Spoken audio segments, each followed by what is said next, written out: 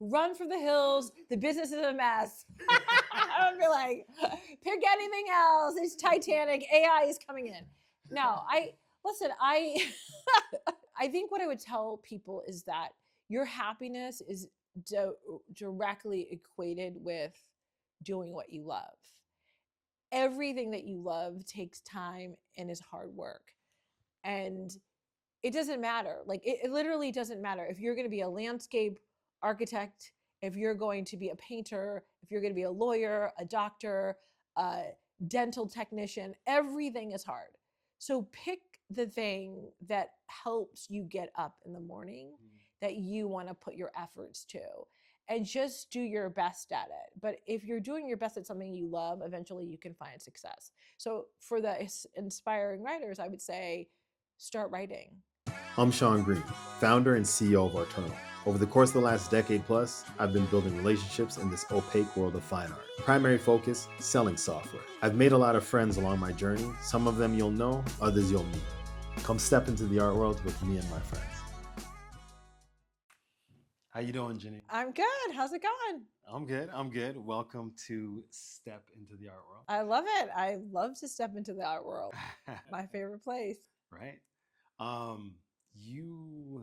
Well, I like to start earlier on in like who you are, what framed you, formed you. And I want to know, who were you as a child and how was your life growing up? Oh, wow.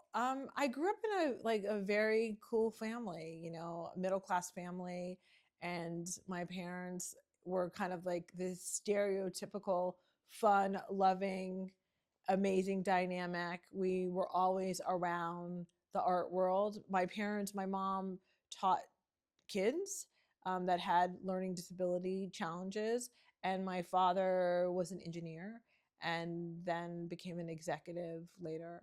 And so in terms of art, we were always encouraged to be creative and to go to museums. And I grew up in Massachusetts originally before moving to Virginia.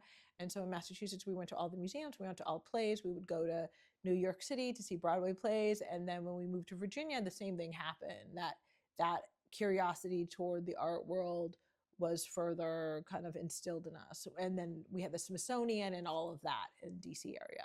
Right. Growing up, you have a lot of influences, your parents being the most impactful. Yeah. I'm always curious, outside of your parents, who had the most indelible impact on your life? Oh my gosh, outside of my parents? That's a hard one. I think I would say seeing Black actors and actresses on TV was really, really influential to me. And then seeing them in theater was influential to me because I saw worlds created that we were in that were not like the world that I was in particularly. So I think seeing art made by people of color made my brain travel and envision something bigger, than just domestic suburban life. This is one of our favorite pieces. It's a painting on, what is it? On paper. It's paper. Yeah. Yeah, it's paper. Yeah. And it's one of the last ones that he did with someone smiling. That was the trip part. Ah. Oh, yeah. interesting. That's dope. When Larry came over, Larry Osei came over, he saw that and he was like, man, you guys, that's a rare one. I said, what are you talking about? He said, he doesn't really paint people smiling like that. Oh. I didn't even realize that. Oh, that's super cool. Yeah. I didn't even know that. I must have been like ignoring you during that. This piece right here is Victoria Casanova, and we have a few of her pieces. We actually have there's one out. Yeah. Two pieces. Two. Yeah. This is a charcoal or charcoal on paper. Charcoal on paper. Yeah. She's an amazing young artist, up and coming. She did the portrait for Kamala Harris, Yeah.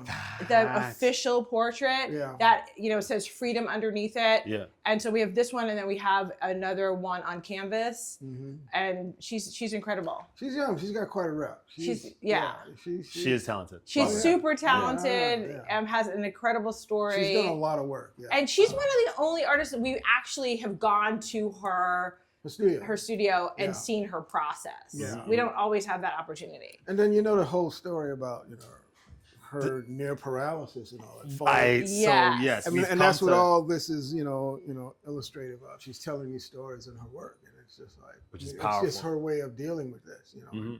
And you just go, holy shit, this is what this turned into? Yeah. Wow. Yeah. So over here is a Shanique Smith. It's interesting. We wanted to do, this is one of our first commissions that we've ever done. We had a huge wall, and we were looking at our collection and seeing how gender influenced the collection, and we realized that we had a lot of men. And we wanted this space to be for a female African-American artist. And we talked to different people. We were friends with Shanique. And so we sometimes, when you're friends with people, you forget to look at their work. And so we winded up talking to her. She saw the space. We said, do whatever you want to do. We love bold color. It doesn't have to match the room. We're not those type of collectors. And she worked on this for how many months? I don't know, maybe 6. I'm not sure. It was a while because we kept saying, is it here yet? And we gave her time. We didn't rush it. We would go and visit her, and she just kept tweaking and say, "I'm almost done." Oh, you know, she needs. And she would ask us, like, what did we think? And we were like, do your thing. Do what you it's wanna incredible. Do. Yeah, I'm not art directed. But you know, it's weird you say the whole female artist thing, because when we thought that, and I did the inventory, we had over 50 female artists in the collection. Wow. Yeah. Okay. That's what data speaks to. That speaks to the data. And that's huge. It's just I guess in the living room of this space and in the other space, we had predominantly men when you walked in, so it felt that way. But she did an incredible job. You'll see in our collection we have a lot of portraiture, so we have been starting to get abstract artists. Right. This is Reginald Sylvester. We winded up getting, he is an artist from the States. He's from North Carolina. And he is represented in London. And it's interesting. Bennett, what is it? Bennett Tilden? Bennett Tilden. Well, it's from Maximilian. Yeah, but Bennett actually turned me on to him. Yeah. And then we winded up from Robertson Tilden. Robertson Tilden. Robert's Project. Yeah. Cool. Yeah. He turned us on to Reginald, but then we winded up talking to his gallerist in London, Max. And that is how we acquired the piece. You know Max? Right. I don't know if I know. He's Max. reciprocal. Oh, if you knew Max, you would know Max. You should meet Max. Okay. But that is how we acquired this, because we're really trying to get some abstract work into the collection. Yeah. Flanders. What did we get that one? UTA, right? UTA Art Space. Yeah. He, does these work with brushes that, say provocative statements. Right. This was definitely from 2020, that kind of whole racial reckoning with the police and brutality. And so we thought it was a really important piece to sort of speak about the moment. I've used many a brush. Yeah. And we all know this brush. Exactly. We all know this brush. Every black girl has had their baby hair laid down with this brush. Yeah. Yes, you gotta get those waves, Yeah, get the waves. Like we all, that is the brush. Right. Yeah. So I would say, like, it's not a specific person. I mean, I think when I saw Irene Cara, or I saw, Dorothy Dandridge, or I saw Hattie McDaniel and all of these people in old movies, when I remember my dad, showing me Pam Grier and people like that. I think all of those amalgamation of people, and then, being young and seeing Spike Lee, like that was one of the first people, this is a weird thing, but like Prince was a huge influence, because Purple Rain was one of the first full movies I had seen that was Black. I mean, later people would turn me on to the Black exploitation films. But for me, growing up, that was like one of the first things I had ever seen. And I, saw a love story between like this Black man and Black woman. I saw a family drama and all of that. And then again, when I saw Spike Lee, when I saw all of his work, when I saw, School Days and different things like that, I thought, oh, I want to grow up and, go to a school like that. I eventually went to Howard, so those were influential because I saw artists making art that was changing the landscape of the world. And even though I used Spike Lee as a reference, I would subsequently learn that there were lots of filmmakers before him. Mm-hmm. But for me, like when you're really young, you're not studying the history of Black film. You're just like you're playing and eating Fruit Loops. No soul of a nation. Exactly. No soul of a nation. You're just sort of like, then you catch up and you realize, oh, he wasn't the first filmmaker, and you learn about Oscar Micheaux and all of these people. Mm-hmm. So I think just seeing a different world. Yeah. And seeing badass women. Right. Yeah. Speaking of badass women, Shirley Chisholm has this quote that if you're not given a seat at the table, bring a folding chair. Yes. What does that quote mean to you, and how did you leverage that energy to then break into Hollywood? Well, the quote means a lot to me because I think for so often we as Black people have been subjugated to not being included. And, we are not in environments, we're not in the rooms where the deals or the decisions are made. And so that quote to me was coming from a woman, the first woman to run for president, to seek the nomination from the Democratic Party.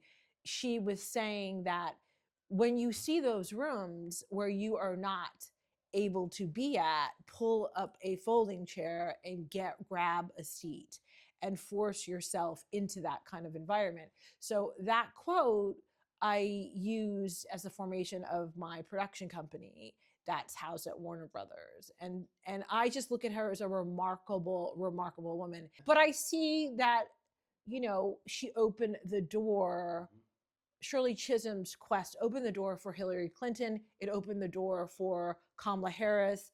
It will open the door for future leaders that keep coming. And so she's just an icon to me. I didn't even realize she was an icon to me. But when I look at women who did things that seemed utterly impossible, you have to look at history and see Shirley Chisholm.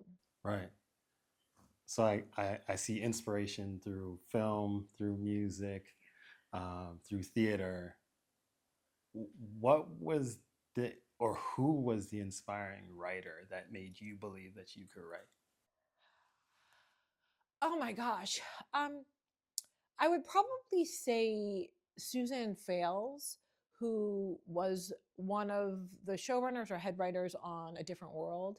When I saw her and I saw Yvette Lee Bowser, who would later become one of my first bosses, I remember seeing them in Essence and seeing that they were television writers, and that here were these like formidable, amazing African-American women, writing on one of the most iconic shows of all time.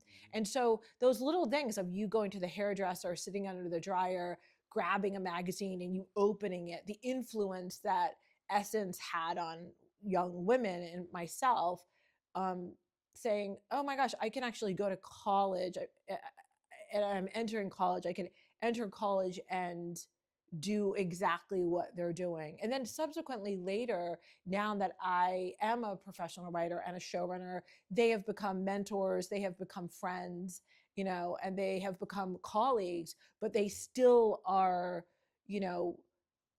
two women who, what I would say is they were famous before the gram.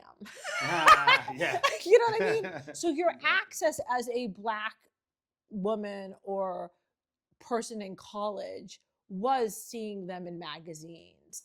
And that influence made a ton of us go, for the grace of God go I can come to LA and forge a career in the business. Mm-hmm. And you know, they're two of the greatest writers of all time. Right. Yeah. Okay, so then going over here, this is John Keyes, another artist. He paints really like, you know, Black life and Black love and relationships. I think we're interested in seeing Black joy in our collection, and so whenever we see images of Black joy, we are definitely drawn to it. Yep. Because there's so much sort of trauma that gets depicted, and that's what's interesting about his piece. And then down here, Oh yeah. Monica. Yeah. Yeah. Love Monica. yeah, Monica Kegwell, young artist out of Baltimore. God, we saw years ago. I mean, I don't remember because this is pretty early work. yeah, we saw Band of Vices. Band of Vices, yeah. Little Lyndon Jr. Professor Lyndon, he wound up going to MICA. So we know a lot of artists coming out of MICA, and we learned she was studying there. She had been taught by Amy Sherald or influenced by her, and so we wound up getting an early piece. I think this was the first one, and then we got this one maybe 3 years later, and she's just sort of blowing up. I mean, she's she's just crushing it. They just get better and better. Yeah. The backgrounds are getting Yes. more dramatic. Yes. And I think that's important to kind of get someone early and then see how they matriculate through the system and evolve, and hopefully will acquire another piece as she continues to grow her practice. This is Larry Cook. Larry Cook, who DC. He's out of DC. And the interesting part about Larry is I grew up in DC. I went to Go-Go's. I remember standing in front of the backdrops like this and all that, like all of that kind of DC culture of, you know, doing the butt, like all of that stuff.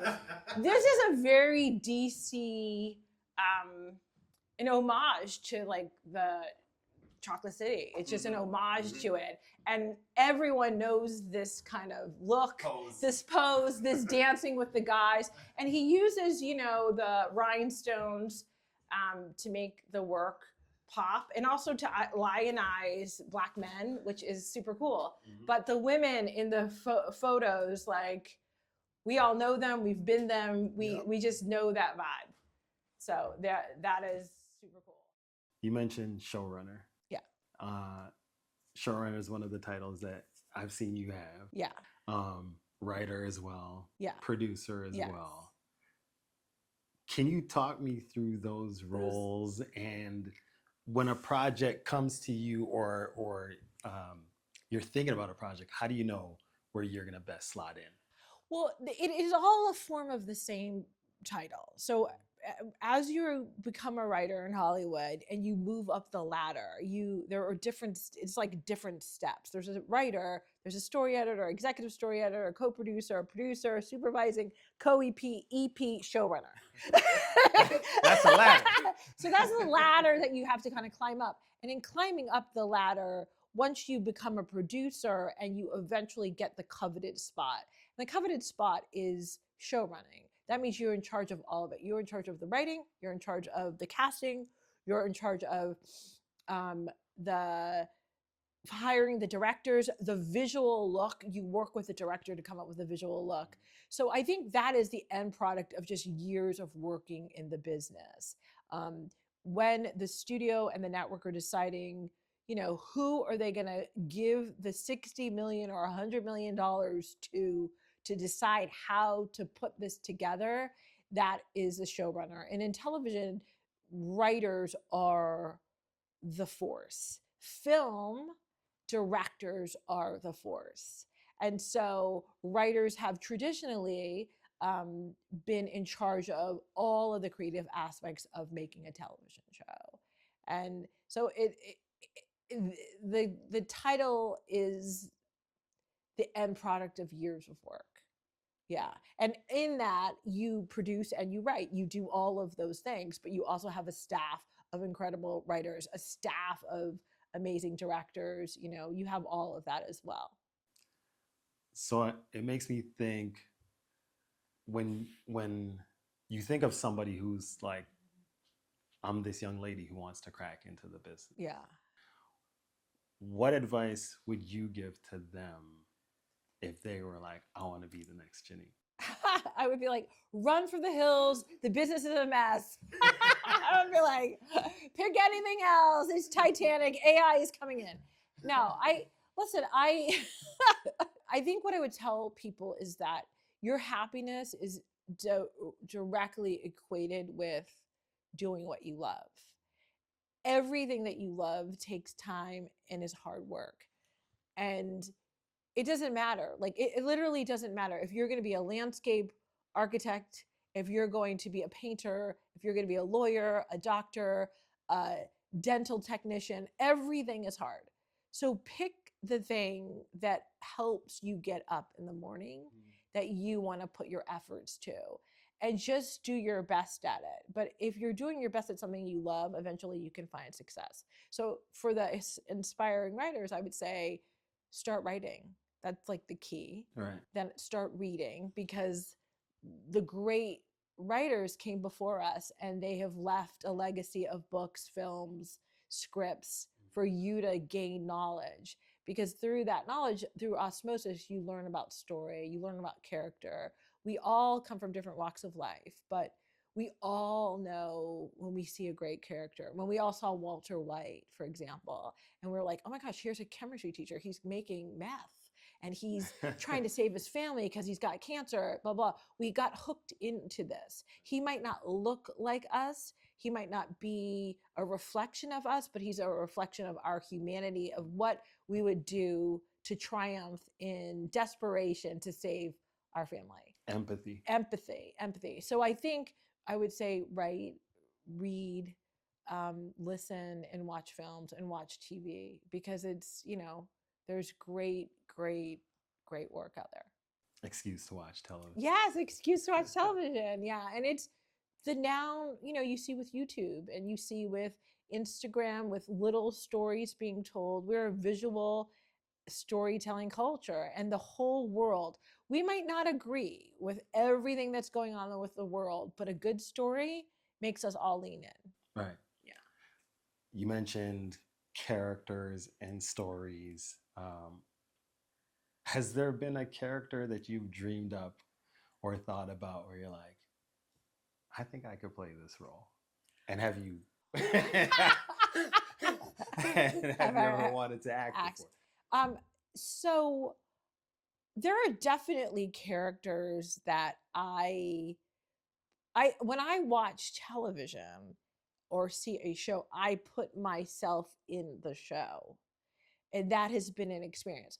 Part of that was because so many shows did not have us as the leads. So I would say, oh, what if I were this person in this show doing the exact action? So that's what I would do to make up for the lack of inclusion in some things.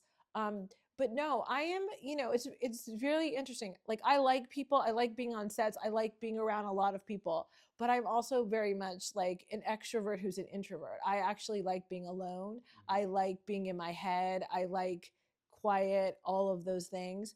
I'm lucky that I'm married to a guy that loves everything, everybody. You know what I mean? Like that balance. He's my guy. Yeah. I mean, and then I'm not a hermit because of him, but that feeling of being in my head and wanting to get what's in my head out kind of prevents me from wanting to be in front of the camera. It's not really no. I was in plays growing up, but when I got in the car and drove with my roommate from from college from DC to LA, I had one goal, and that was to be a writer. And it was, how do you tell stories? And that goal still permeates. And the thing that I've learned is, if you meet someone and you covet something they have, or you are like, gosh, I wish that were me, I actually don't think that's a bad thing to have, that kind of envy, or that kind of like, oh, I want that. Because I think that that's holding a mirror up to something inside of you that you want to do. Like you want to do that too, and you're seeing their greatness reflected back at you saying you can do that. I test that against people. I never do that with like I don't meet actors and go, "Oh my gosh, I wish I could do that." I sit back and go, "I'm in awe that you do that." I never meet people who do set design and go, oh, I don't leave and go, "Oh my gosh, I'm thinking about that set. I wish I could create this." Right. But when I meet writers that have told a brilliant story, I lean in, look at them I read their interviews, I look at their podcast, and I go, gosh, what an amazing storyteller. I want to tell a story that great. Right. And so that's where my goal is. And it's kind of just laid there and not really deviated from that, you know. Being in your head or stuck in your head and Yeah. thinking and going through your process. Yeah. What's something that only writers know when they're going through what they do that like you could share that we don't know? I think most writers I know have an enormous amount of anxiety, an enormous amount of kind of imposter syndrome. They're breaking through, like, is what they want to say valid? And the hard part about being a professional writer is there's so much influence on, you should write this is better for the market, you should write that, this is better for the market, or you should do this, and you're listening to stuff. I think the writers that are turning out their work know there's this point where you have to um zero, like you have to X out everyone else and listen to your voice, listen to what there's something else that's pushing through you, and listen to what that is saying. And when I have listened closely to that voice, some of my best work that I'm still trying to get made has been done. When I have said, I'm not listening to you. I wrote a short story once, and I was in a place in Palm Springs. It was raining. I was in a cottage. I wrote it within like 18 hours span of 18 hours in this cottage. I kind of met my friend who she and I had both gone out there to write, met her for dinner, came back, wrote some more. It became one of my calling cards. It's something that has not been made yet. It has been bought. There's been bidding wars on it. It has been developed into a script. A lot of people in town know about the short story and the script, but it was when I was truly, truly zeroed in on, I'm not going to have any outside influence what I just saying something that's inside of me. That sounds very special, like putting yourself in a place of solace. Yeah, so you can just hear yourself. You're not looking at your phone, you're not looking at, this is a big hit on that station, like on HBO has this big hit or this big hit. You're just looking at, what do you want to say in the world? Yeah. When you think about what you want to say, you also care a lot about what other Black filmmakers want to say and like pushing our stories forward. Yeah. Why is that important to you? Well, I think for what success I have had, when I was given the opportunity to start a company, I wanted to make sure that I could help elevate other people's stories as well. And I think part of matriculating through the system is also giving back and pulling other people up. And so that's important to me. I met a friend who said that a friend of theirs was doing a documentary on Roy Hargrove. I loved his music. I had known him personally for a short bit of time in my life, but long enough, like a year and a half. And when I realized this Black female filmmaker was doing this, and she needed some support to help, finish it, that was really important to me, because I know part of the issue with being an artist is people may never see your stuff. Right. And so anytime you have the opportunity to actually help people with make their stuff, you know, I I want to help give a extra hand. Right. Yeah. Um, Speaking of helping people make other things, Yeah. AI is doing that for a lot of, right? Yeah. Um, you mentioned AI before in passing. Yeah. Circling back to it, how is AI influencing what you do? Do you care, um, or do you leverage it? I think it's going to be a little bit of both. I mean, it's something that you cannot ignore. I looked at AI as something that I was, against. Here's the boogeyman, the big monster, Jaws is there. And I was trying to ignore it. But I think we have to utilize the tools as they come. Do I think AI can write a heartfelt story? No. But in 5 years, it might. In a year and a half, it might. And we're going to have to reconcile with that.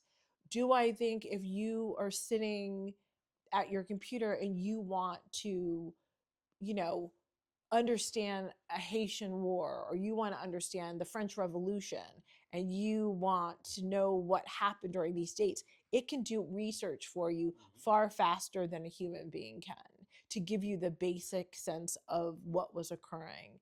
Um, it's going to be a tool. And just like photographers were afraid of moving pictures of film, and film was afraid of television, and television was like, what is this internet?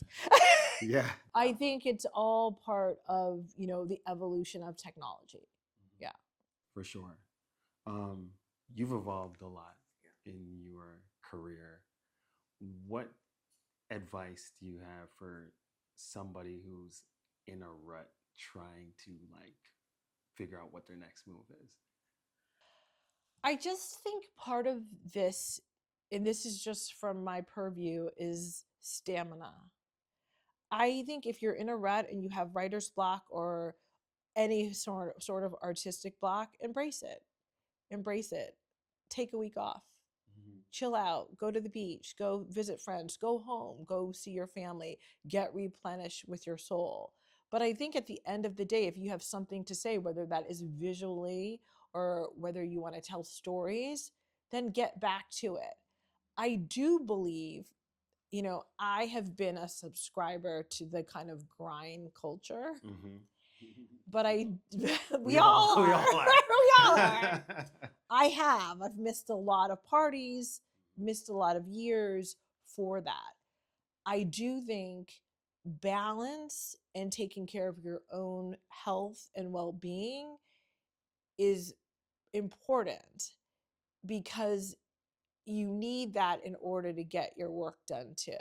So I would embrace the rut, but then I would get out of it. Right. Yeah, and do the work, and because the work is your calling card. Yeah. Love the noble cause and Yeah. support it wholeheartedly. Yeah. You mentioned a lot of work that you put in, to daily, Yeah. the grind culture and all that stuff. If you didn't put in that work, didn't find that success, and are who you are today, Yeah. what would you be doing? I don't know. The only other thing in my life that sparks something in me the way writing does, but then there's a whole part of it that wreaks havoc that I absolutely hate, is going into art galleries. I like seeing artists and seeing artists work. I could see, like, sometimes I go, oh, I could see myself of being a gallery owner, but or curating. It's just that the time I've put into writing, there have been fierce people that have put that into art studies, and I look to them and to people like yourself to continue to usher the art world where it is, you know. But I admire that. And I think that's why the other side of my life that's not in entertainment, I have such a big art life, because it's a freedom from the the quote business of Hollywood. Yeah. Yeah. It's enamoring, this art world. Yeah, it's enamoring and Cathartic. Yeah, it's what? Cathartic. It's cathartic, and it's ever changing because there's so much around the world. You can go, we were just in Lisbon and we saw amazing work, from around the diaspora. I was just blown away. But you feel that wherever you go. You're in New York, you go to Chicago, you come here to LA. Every day there's a new possibility with galleries and what can stimulate you visually. So that is probably like the secret dream, but I wouldn't pivot. My next pivot is to like retirement on a beach. I'll see you in the station. I'll see exactly with some art over the bed. Yeah. Awesome. I was going to tell you one other thing.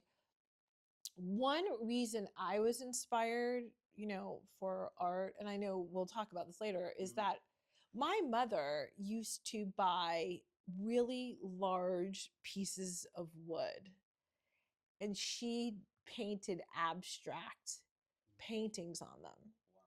So we had an old house in Newton, Massachusetts. It was 4 stories, super old. And we had all this wall space. And my mother, like, I didn't look at it like, oh, we can't afford paintings. My mother was very artistically inclined. She still is. She's an incredible artist. And she made these amazing, amazing abstract pieces. And they were everywhere. And so when I remember like doing cartwheels down the hallway or running or getting yelled at, they were always front and center, and the backdrop was a painting. Right. So I think that influence was probably one of the genesis that made me go, oh, this is how your house should look. Right. And this is what should be on the walls. But seeing a Black woman do this and go and buy paints and do it, and I never gave her, she's still alive, but I never gave her the credit for that, but that was inspiring. Very awesome story. Yeah. to see you dial back. Yeah. And like pull that out. That's awesome. Yeah. Very awesome. cool. Well, thank you for sharing. This was great. This is great. And a lot of times when you're collecting, you wind up getting artists that you've been offered or you've seen, right, and then you slept on it.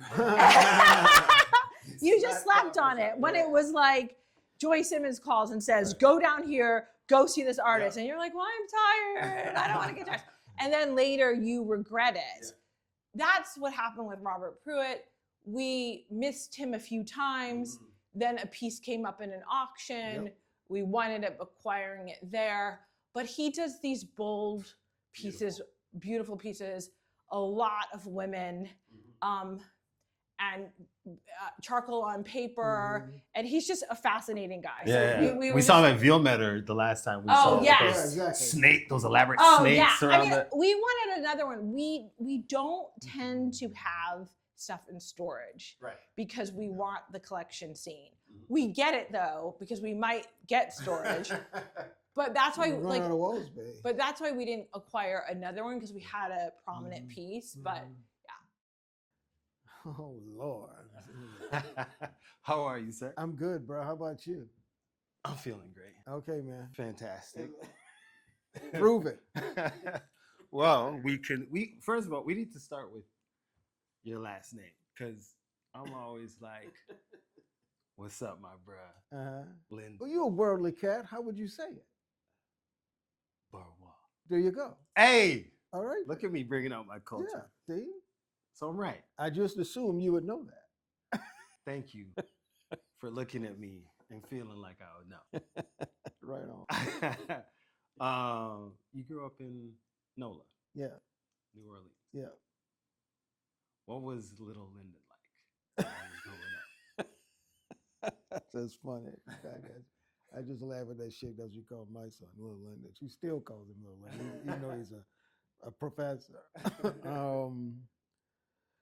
It was fun, man. I loved it there, dude. You know, it was New Orleans is a weird place, man, because you grow up in a place like New Orleans and you think that shit's normal, like it's everywhere. You know, I heard y'all earlier talking about the cemeteries and stuff. You know, like the cemeteries look like cities. They look like cities and cities because they're all above ground. Wow. And, you know, you go anywhere else, even when I moved out here, you know, I would just see, you know, that's a cemetery, just flat land with headstones. What is that shit? It's not a cemetery. Right. Because that's not what they look like to me. So a lot of things you take for granted. You take that for granted. You take Mardi Gras for granted because you think people do that every year. It's the only place they do that. Right. So it was bizarre. So a lot of things. And, you know, just growing up with all that, man, music everywhere. You know, everybody's got, you don't even need an excuse to throw a party. There's always something. Everybody's throwing a supper, everybody's like whatever. So there's just always stuff going on. And so it was just a fun city like that, you know. In spite of all of it, you know, it's gross history. I can drop F-bombs because I'm trying like hell. I know, you just drop them, Okay, don't worry. So for all of its fucked up history, you know, there's a lot of charm to it. And there's a lot of things in spite of that history that you're able to get past and even deal with. Because it teaches you to deal with it. I remember, you know, one Mardi Gras season walking down the street with friends, man, some fuckers, you know, spit at us from a truck. You know what I mean? I think this is it's like the fucking 80s. Right. You know what I mean? Like, so shit is still there. You know, and one thing I got to say about race is that they're in your fucking face. You know, there's no covert shit. Right. So you learn how to deal with all that shit and grow up with it and, you know, and combat that shit. And it toughens you up for wherever else you need to go. But what was beautiful also about growing up there, my whole community was black. The schools I always went to, the teachers we had, and I mean, there were some white teachers too, but I'm just saying, overwhelmingly, doctors, you know, so that's what I saw in my professional life. You know, and even my art professor, my main art professor, John Scott, you know, at Xavier, you know, so I've always seen that achievement. I mean, my parents, you know, my dad was a, you know, incredible contractor, you know, right. fucking build a house from scratch. You know, my mom, you know, was a factory worker and then also an exceptional caretaker. She ran a daycare center and then started her own at home, you know, so always nurtured that shit. So I've always seen that shit, you know, and just people doing things. Right. You know what I mean? So yeah, I just internalized all that shit. A lot of inspiration from multiple angles. Mom and dad seem like they had an indelible imprint on who you are. Outside of them two, can you name somebody else? Yeah, my uncle, my mom's brother, was an artist, and so I learned a lot from him. Whether it's just, you know, watching his practice, you know, things he would teach me. And then working with him, like painting floats, because, you know, another, you know, thing about Mardi Gras, you know, it's Mardi Gras only lasts, you know, a few weeks, but the preparation for that shit starts the day after the one it ends. You know, so I would paint floats with him, and then he also taught art at a high school, so I would learn things from him. He was also a florist, so he designed shit. Right. Right. And then when I got to college, John Scott, who was my mentor at Xavier, and he was the first MacArthur grant winner I had known. Wow. I think he won that shit in '88. Yeah, man. So I was like, what is this thing? And I read about it. I said, holy shit. You know what I mean? So there was that influence, major influence. John was the one who actually convinced me or made me realize the miniatures I was doing was an art form. I just took it for granted. I was making toys, man. I've been doing that shit since I was like 10 or 11 years old. Right. And I didn't realize everything I was learning from him was infusing into that, where you could see the evolution of them from these amorphic looking things to actually looking like people. Right. Just learning all that shit from him, not even realizing it. Because I was thinking about communication design, you know, and graphics. But everything I'm learning, drawing, painting, sculpture, printmaking, ceramics, all that shit from him, like I'm just putting it all in there. So you already tapped in on those miniature sculpture. Can you call it a sculpture? They're sculptures, yeah.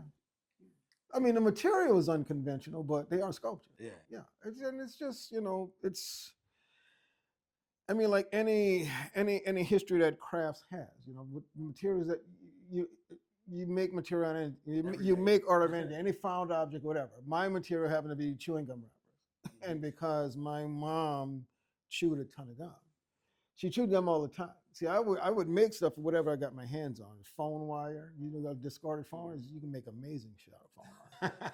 I never tried. Oh man, you do it. Aluminum foil, clay, you know, because Play-Doh and just marlin clay is just everywhere. And just paper, like, but the things you can do with paper, you can to fold paper and twist it into things, it'd be amazing the results you get. But foam wire was one of my favorite things to play with. I still got quite a bit of foam wire around here, you know, like with thousands of gum wrappers. But when I realized, you know, when she would chew and just discard the paper, when I realized that it was foil on one side and paper on the other, but they were fused together. So if I sculpted it with the paper side out, I can color it. And that's when the light bulb went off. Yeah, because I had markers and I would just do that shit. Holy shit, I can fucking make people. Yeah. I started making people, I started making drivers for Hot Wheels cars because the cars were so cool. You could open the doors, you could open the hoods, you open the trunk, but nobody drove them. I said, this is the dumbest shit ever. Right. Why are there no fucking people in them? So I started making people to put in the cars to drive them around. And that turned into athletes because I'm a sports nut. Right. You know, so I'm making boxers and shit. That's another, yeah, I was talking about, there's another sport I did, boxing. Anyway. Right. But it started doing the boxers, and then boxers turned into, you know, teams and all this shit. And I just was like, I just never stopped that shit. Okay, so we This can one. go. This one in here, the paper. Oh, the paper. Yeah, Yeah. we can go right here. Iobola could carry a yes, can. yes. Yeah, we winded up. It's a stunning piece of work. Incredible. I don't remember whether we got tipped off to him by Swiss Beats' Instagram, her by that, and but we ended up getting it sent, and it's cut paper. It's just cut paper. It came here from Nigeria. That's real glass, not a scratch on it. Yeah. It came. Yes, it came framed. Wow. Yes, in this crate. I don't know where I was. I was traveling somewhere, and you were like, you sent me a picture, like, okay, this thing is here. When you come home, you got to deal with it. And so I come home, and the crate is as big as a doorway. I'm like, what the hell? What is this? I That's know. how Open this thing up, and Yeah. I'm like, wow, it just blew me away, man. Yeah. It's incredible. It's Yeah. just spectacular. No, she's fantastic, Yeah. and she's at the gallery we bought it at. Has also opened up in LA. So we've spent many a Sundays here, Super Bowls. Oh, that shit, yeah. Uh-huh. Tell me why the NFL and that team sport means so much. I just growing up watching football, it was the most popular sport in the house, and it's the most popular sport in New Orleans. New Orleans don't have a Major League Baseball team. I mean, they didn't have when I started doing that, the Jazz was not there. I think the Jazz started in '77, so like maybe 2 or 3 years after I started making those things. But then the Jazz hung around. They didn't stay long, Right. because then they went to Utah. But when they were there, Pistol Maravich was fucking baller. Right. But football was always a sport there. And then my first football uniform as a kid that I got was a fucking Minnesota Vikings uniform. So I really liked that team. But I started, the first Super Bowl I watched was Super Bowl IX, because it was in New Orleans at Tulane Stadium. And I don't know, the color, the art of it, the pageantry, the sport. I mean, I love sport, man. It's just the whole movement of sport. And that's why, as an animator, I always reference sport. Right. Because the most extreme forms of movement to me are athletics and dance. You get Poetry and motion. yes, you get all that shit. Mm-hmm. And so I always study that. And it doesn't matter, I'm telling you, it doesn't matter what it is. If it's a cute thing or it's a fucking monster, a creature, you can point to that. Because one of the things I do as an animator, when I practice, is I animate in slow motion. Because I like to get the most pure form of the movement and the silhouettes of the gestures and the poses. And so if you do it in slow motion and then retime it to real time, nothing's lost. Wow. Is it true that you shoot all of your stuff on iPhone? And if that's No, the my case, stop motion. Yeah, I shoot all my stop your motion on stop iPhone. motion Yeah. on iPhone. I've been shooting them on iPhone since 2011 because it was the first one to come out. The 4S was the first phone that shot HD. Where's your Apple sponsorship, by the way? I would like to know that myself. I mean, think about that shit. 2011, what is it? I've been shooting them on iPhone for 13 years. Yeah. Wow. Yeah. Wow. And I have all the first clips. Yeah. So I'm assuming you have your BFA and MFA because we never actually really tapped in on that. BFA at Xavier, HBCU. Gotta say it, at Xavier in New Orleans, and then MFA at Cal Arts. But that's why I moved here. I moved here to go to Cal Arts in '92, and I did all stop motion work. I moved there to learn how to make my miniatures move, to bring them to life. That's what you learned there. That's what I learned at Cal Arts. Yeah. And then that got you into Hollywood. Yeah. 20. Yeah, that was the plan, huh? 20 feature films to your name. Yeah, 2021, 20. Yeah, Somewhere that's some I'm not credited because I did character development on Narnia. I didn't get credited for the film, but I didn't get to work on the sequences, but I did character development and some other stuff like Night at the Museum and stuff. Mm-hmm. Yeah. So yeah, no, I've done a bunch. But yeah, you guys talking about evolution. My first job out of Cal Arts was going to be on Mars Attacks. No way. Because Mars Attacks was all stop motion. And the original plan for Mars Attacks, because Burton, he's right. Stop motion. He's Cal Arts' stop motion guy. Because he Nightmare and Christmas, all that shit, and all the stuff he did in Beetlejuice, all stop motion. Right. But Toy Story had come out, Jurassic Park had come out, and so they scrapped all the stop motion work to do it all digital. Fuck, I lost my first job before I started to digital. So I had to evolve and apply to studios that would teach animators how to use software. Isaac Ishmael. Right, okay. Again, another African artist, and we got him from Dominique. Is that Dominique? No, from what's Destiny. Destiny Ross. Oh yeah. We support a lot of up and coming curators who have put us in touch with a lot of emerging artists. Yeah. And we got this probably around 2020. And again, in the movement toward expanding from just like literal portraiture, this is a little more, I don't know, not abstract, but a little, Yeah. do you know what I'm saying? I don't know what the word is. Less, I don't know what the word is. It's more caricature. More caricature, more exaggerated, yes, yeah. Wow. So from fine art, right, to an animation director. Well, am I missing something in between?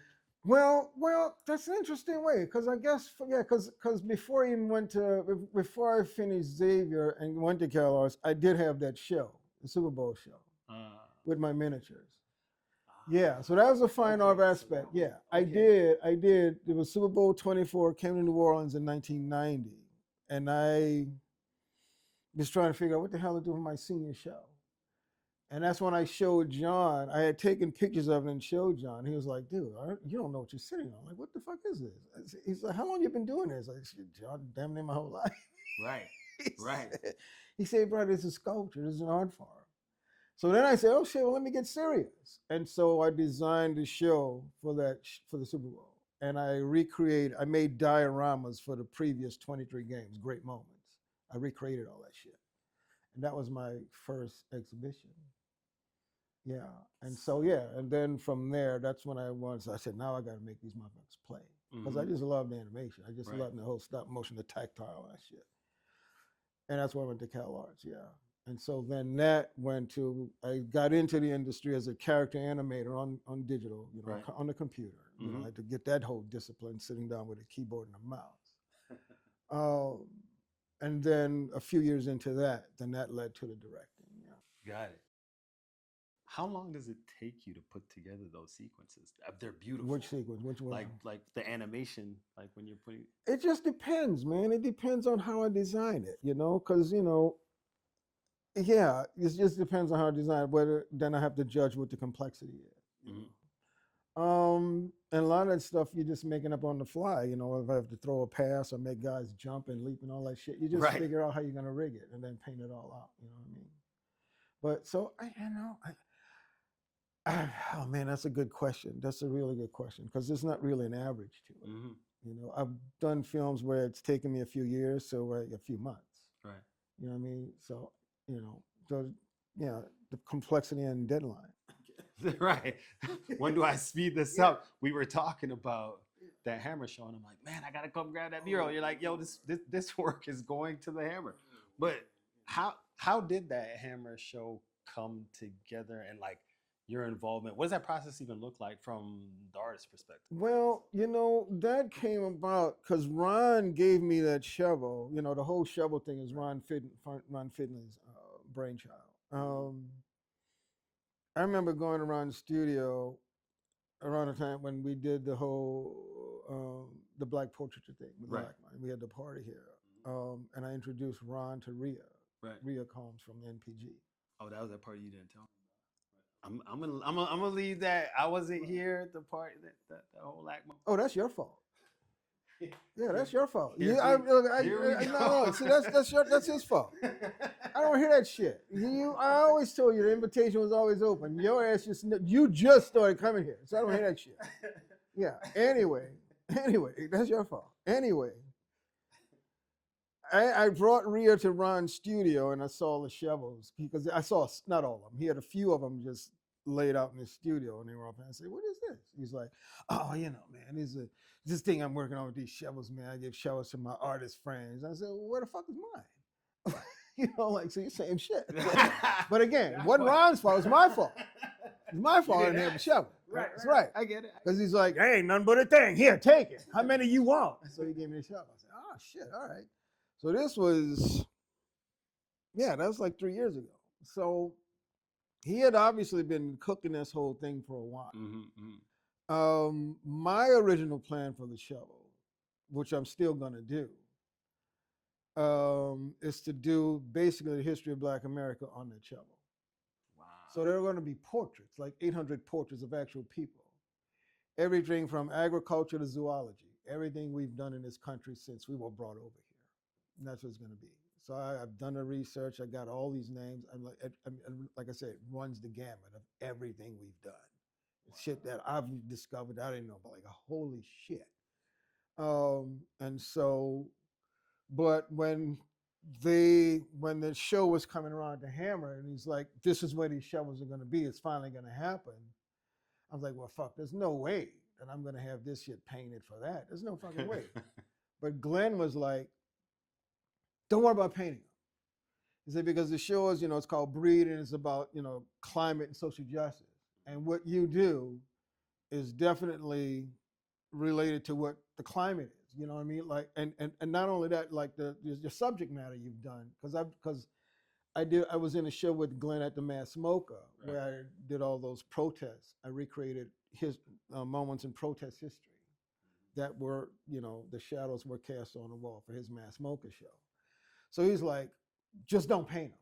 I want people to see the raw material."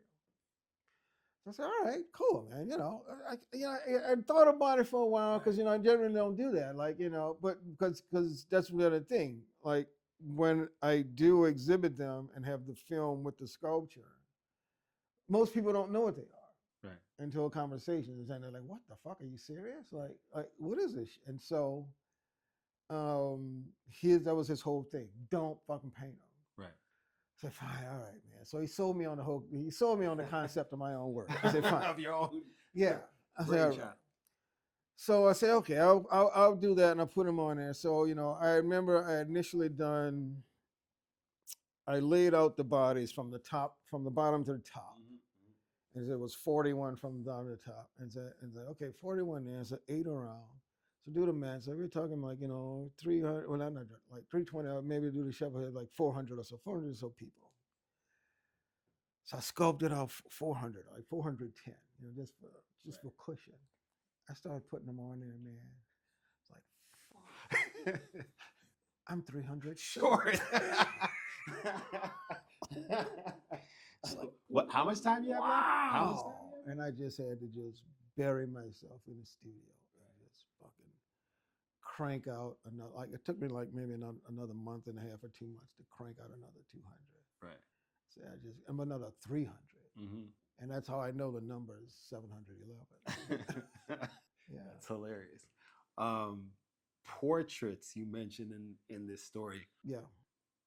Recently, you were back in NOLA and you saw a painting with portraits. Oh my goodness, yes. Bro, yes. When I was there, when I taught school, before I moved here, between Xavier and CalArts, I taught for a year at Xavier Prep. So, all female Catholic high school in New Orleans. Yeah, that was an experience. A young brother going to Xavier. Yeah, it was fun, but I was like, man, I tell you, very eye opening. But it was a great experience, and I mean, I loved it. But yeah, they commissioned me to paint a mural. It was a 4x8 piece of plywood of. I mean, in terms of mural is different. I mean, that's more of a mural than what I'm talking about. Yeah. But so I think there's like 66 faces on there. It's like the history of the school, from Sister Catherine Drexel all the way to students, teachers, the whole shebang. And that shit was fun, man, because I painted that. That was 1991. That's how long ago that painting was. Wow. And during some of their classes, whatever period it was that I had them in class, I would actually teach them how to paint it also. So some of them helped paint that shit. It was cool. It was the coolest experience. And it just really gave them, other than the assignments they had, like a hands-on experience of actual creating a piece of work that's going to be in the school. So when we were walking up Magazine Street, because we did a lot of walking over there, I said, oh shit, but we got to stop over here. Right. Because I got to see if that thing is still in there. And we walk in the lobby in the office, and it was right there on the wall. Like, wow. Yeah, it was the coolest thing. Yeah. People know you're a painter. Yeah. Yeah, I guess. Yeah. I can't stop looking at that sweatshirt. Thanks, bro. Now, this was a gift from me from Kim, say it, at the NPG, but she got this from the ECF, Exceptional Children's Foundation. That our friend Azita is involved with, and one of the students, one of the clients there, I think Janessa Diaz did this sweatshirt. Yeah, so I love it. Awesome. I just love all the work they do there, man. Yeah. They're incredible. They are exceptional. Man. Incredible. The energy that's over there. Yeah. Is like they unmatched. Do beautiful work. I mean, all ages, man. Yeah. We got some artwork from there as well. Yeah. Hiding in between all the others. Yeah, it's all spread. Yeah, exactly. Yeah, it's all spread out. I have to dive back in on your miniatures because I'm like, have you ever thought of creating life-size work? Oh yeah, no, I have, and I'm going to at some point. I was very close when Naima was directed CAM. She had approached me about doing a show. And so it was when I just finished Prize Fighter at the time, the film I did on Jack Johnson. Right. So it's a stop motion film with the miniatures. I was going to recreate some of the shooting of it in that show. And then along the walls, I designed the whole fucking thing. Along the walls, I was going to blow up photos, stills from the film of the fight crowd. And the ropes and all that shit. So when you walk in, you're part of the audience. Right. You know what I mean? With the miniatures. Yeah. You know. And then one wall or one place the film would be showing. But then in the center, what I was going to do was going to make a life-size. I was going to sculpt a life-size Jack Johnson and Jim Jeffries. Oh, wow. And recreate that last knockout. That's what I was going to do. That would have been dope. So, and I was ready to go, but she left. Yeah. She went to the LACMA, and so one day that could still happen. But let's I will at some point. Why don't we so the tallest one I've made so far is the Huey. Okay. that I've, Yeah, put in the chair. one. Yeah, and the Huey's dope. Yeah, thanks. Man. Yeah, yeah. That was fun. That was really fun to make. Do you chew gum? I do. Yeah. I don't chew all that shit, but I do chew. Yeah.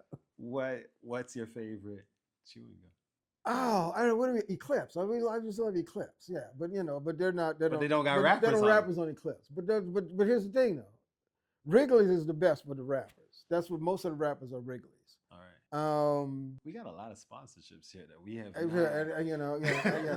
I'm doing something wrong. I'm just not good at it. I don't know, man. 'Cause I got whatever. But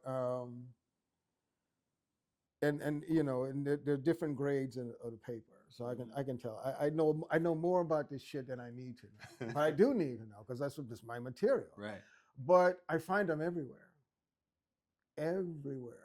Just sent me Ty just sent me a photo that he got of rappers he found. I think he's in Istanbul. Because he was in a mosque. I didn't ask him. I just maybe Middle East. He's in the Middle East somewhere. He's just surrounded by mosques, but I don't know where he is. But anyway, he found that shit. But I just found a bunch in New Orleans. Walking around New Orleans, I found a bunch in Lisbon. So they're all over the world. So, and like I say, I have so many of them that that I brought from New Orleans that friends have given me because they knew what I was doing with them. Mm-hmm. But even like all the traveling we've done, wherever I find them, I pick them up. I don't give a shit about what it's my material. Right. And so it's my little part of what I'm doing for the environment. But I'm creating something. I'm making treasure out of trash. Right. So the sculptures that are in any of these pieces that I've done could have come from anywhere. Wow. I don't know where they come from. I just put them in there. Yeah. Special. Yeah. Another thing special is. I mean, I do know I got some from Dorsey High that are on that shovel, and even the ones that I got in Lisbon are on that shovel in the hammer. No, really. Yeah. I don't know which rappers they are, but they're on there. Yeah. That's wild. Yeah.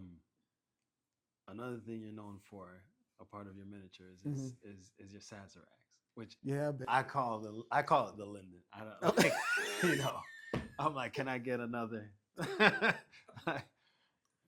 Sad Sunday, baby. Sad Sunday. Exactly. Well, man, here's the deal. I mean, that's my drink. And I'm from New Orleans. It's just my favorite drink. I've been making them for a while. But see, you haven't even come to smoke out. See, but you missed a lot. One thing I've done. Here's the thing.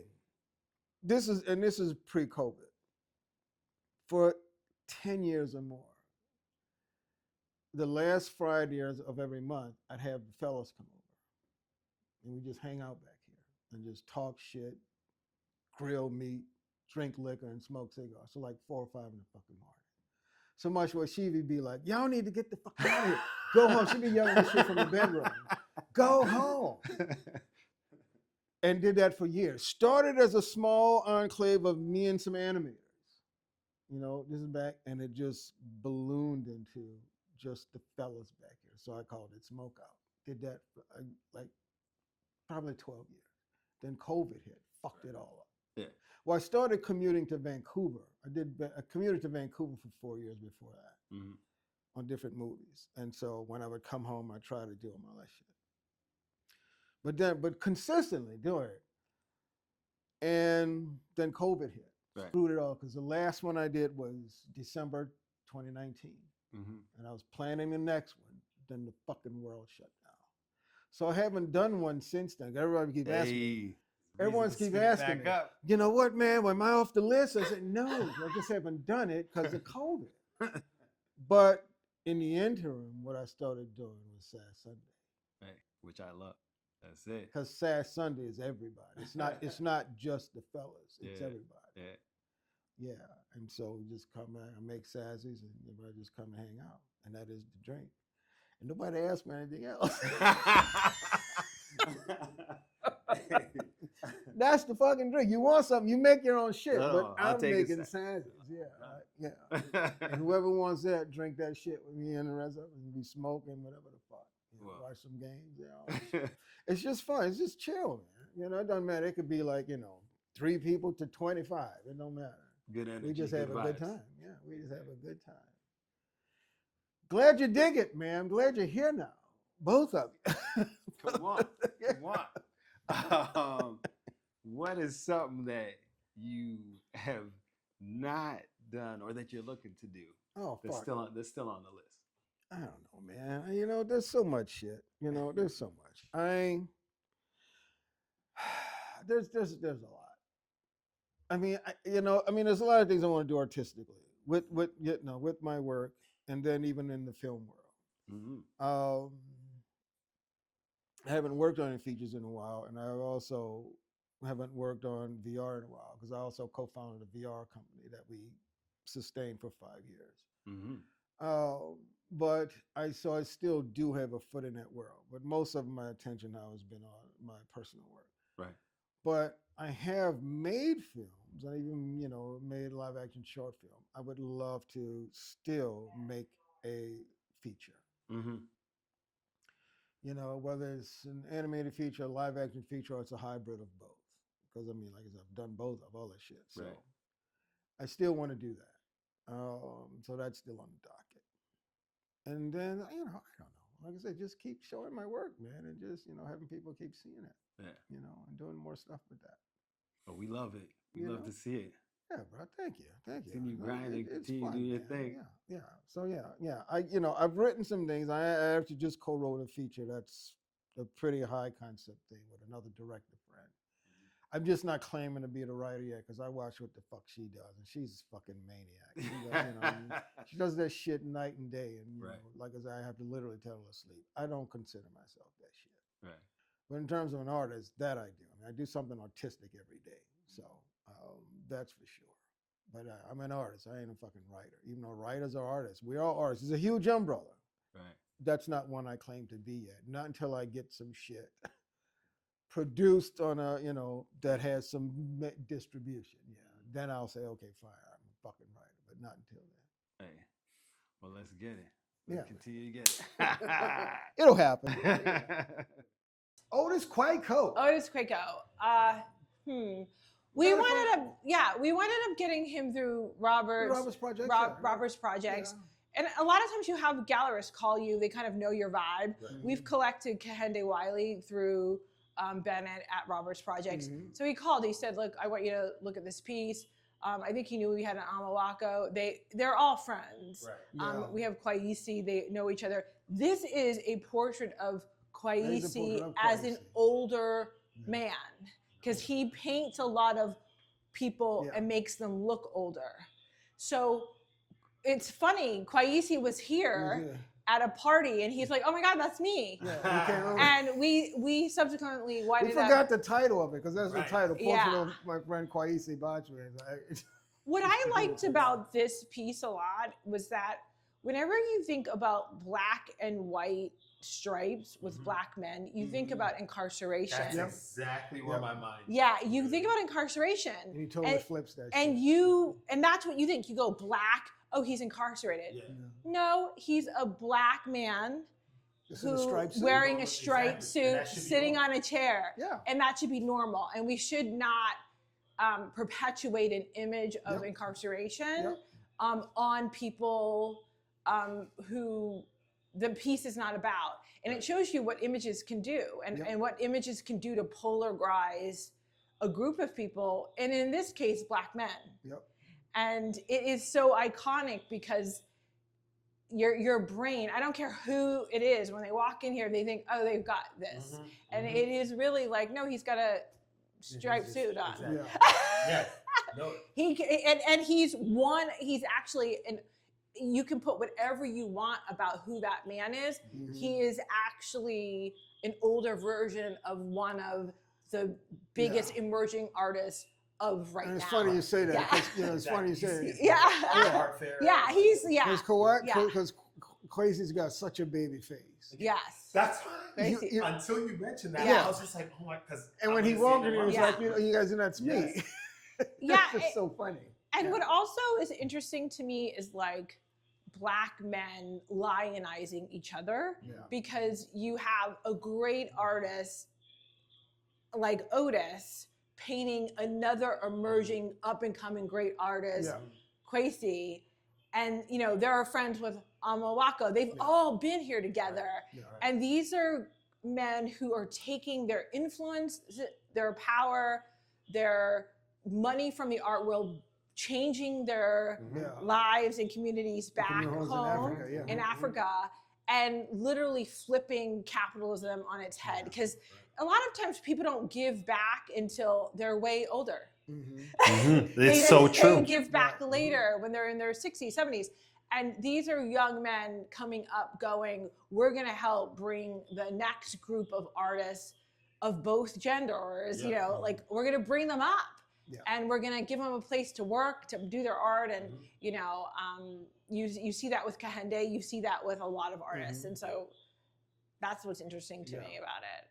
And then the other thing that's interesting is like when you see them all rolled together, there's like nothing but love.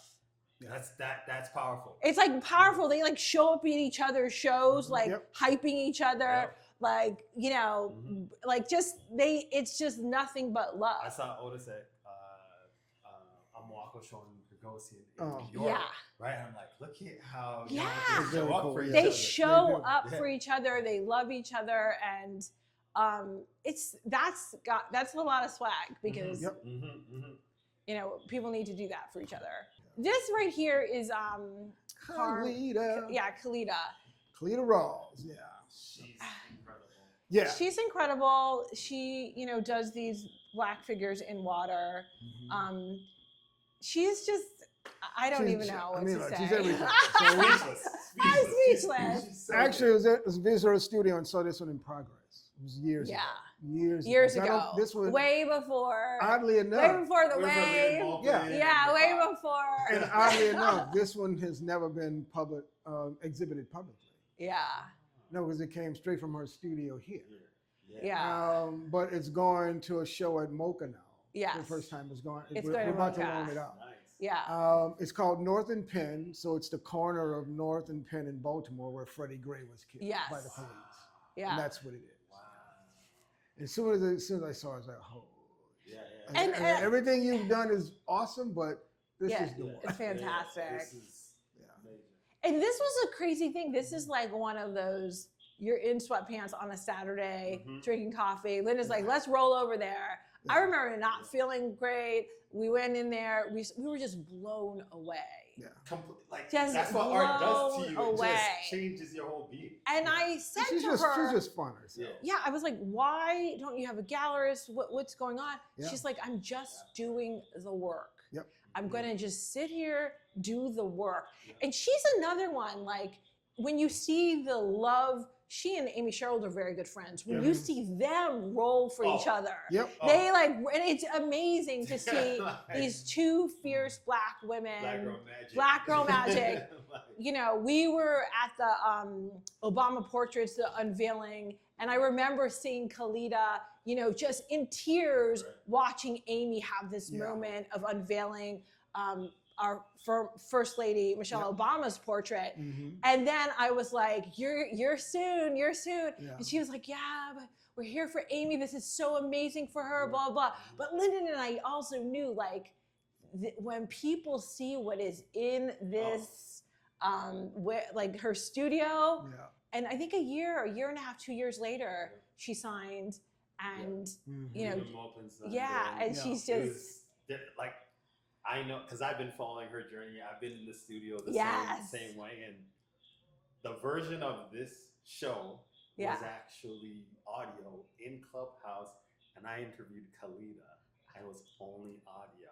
Is that right? And a couple weeks after this happened. She's just like a rock star. And again, just... but we had this pre-COVID. This pre-COVID, and this is Freddie Gray, right? Is this supposed to be Freddie Gray? Well, yes. That's the whole image, the story of it. But it's also humanizing blackness. It could be any of us. It could be any of us, which is the point of that. But I mean, she's like, we know. Funny next level. Like a funny story about this. A good friend of hers wants this. Yeah, but we were like, no. can't. Yeah, we were like, sorry, sorry. Love you, bro. But Sorry, not this Not one. this one. Yeah. Welcome to Step into the Art World. All Hey, right. John, what's up? Good to be in the art world. Of course. Always, always, always. I'm not going to pause on asking you guys, how did you meet one another? Because you're the first couple that's on Step into the Art World. Oh, wow. Okay. I want to go into, how did you guys connect? We- good. We actually met on a blind date. Yeah, and we drove to Farfalla on La Brea, and we started talking. And he asked me what I did today, and I said, "Oh, I went to the LACMA to see an exhibit." And he asked me what was my favorite piece, and I described it, and he said, "Oh, Archibald Motley." Yeah, I know that one. Yeah, I know. Dance time. Yeah. She thought I was joking, just bullshit, and thought I was trying to get laid. I said, no, I know the word. I know what you're talking about. Yeah, and he had seen the same show. He knew the work, and we literally bonded over that moment. Yep. And kind of have been inseparable. Yeah. Oh. That's cute. Yeah, our marriage counselor will think so too. She will go, "Wow, that's good." I'm just playing. Yeah. So, whether you guys see it or not, Yeah. I see you guys as the Black power couple. Oh, Wow, Lord. thank you. Love seeing you guys in the art world as we're in different events and doing things. Thanks, brother. How do you guys keep the spark and make it last? Because you guys are both busy schedules. Well, you just witnessed it. We just keep each other laughing. Yeah. you witnessed it? That part. Yeah. We always laugh, and we have mutual loves and interests, so it keeps it exciting. And we love to travel. We love to, hang out. We love to actually just be here and swim, have a bottle of wine, and chill out, watch movies. It's just. And even when we fight, we laugh after. We laugh after.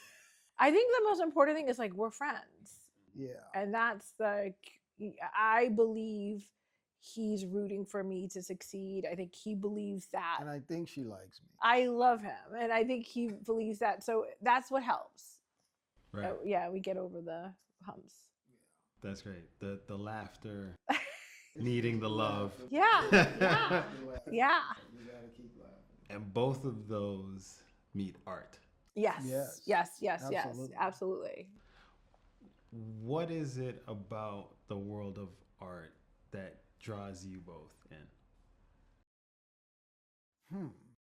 I mean, having studied it, having always wanted to be an artist, I mean, I just the beauty and the creativity of it and the inspiration that we get from it. Just seeing other people create, seeing their passion for it, seeing, how dealers and curators exhibit it and their passion for it, just the whole world in general, and then the fact that we're all part of it.